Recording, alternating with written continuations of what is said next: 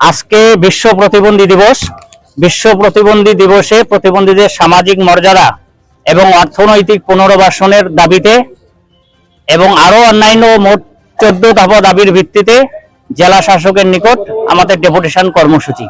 আমরা এই দাবিতে প্রতি বছর জেলা শাসকের নিকট ডেপুটেশন দেই, কিন্তু দাবিগুলোর কোনো সমাধান আমরা পাচ্ছি না।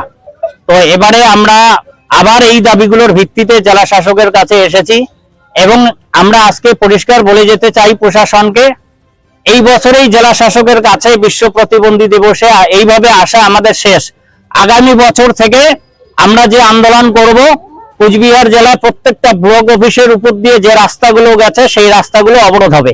কারণটা হচ্ছে আমরা এই ন্যায্য দাবিতে যে আন্দোলনের জন্য জেলা শাসকের কাছে বিশ্ব প্রতিবন্ধী দিবসের দিন একটা বছরে একটা দিবস আমাদের জন্য, আমরা সেই দিন আসি, কিন্তু মিছিলের জন্য মিটিং এর জন্য আমাদের পারমিশন দেওয়া হয় না।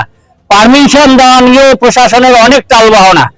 20 নভেম্বর আমরা পারমিশনের জন্য দরখাস্ত করেছি, আজ এখনো পর্যন্ত লিখিত পারমিশন অর্ডার আমাদের কাছে দেওয়া হয়নি।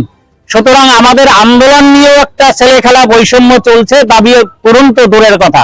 এরকম পরিস্থিতিতে আমাদের দাবি পূরণ না হলে আমরা আগামী কয়েকদিনের মধ্যে রাস্তা অবরোধে যেমন নামবো, সেই সঙ্গে অতীতে আমরা বিভিন্ন অফিসে তালা ঝুলিয়েছিলাম, আবার বাধ্য হবে বিভিন্ন অফিসে এইভাবে তালা ঝুলিয়ে আমাদের ন্যায্য দাবিতে আন্দোলন শুরু করতে।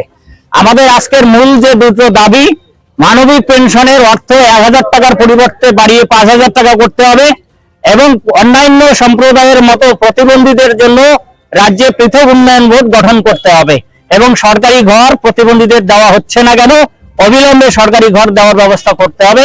এইরকম মোট 14 দফা দাবির ভিত্তিতে আজকে আমাদের এই আন্দোলন।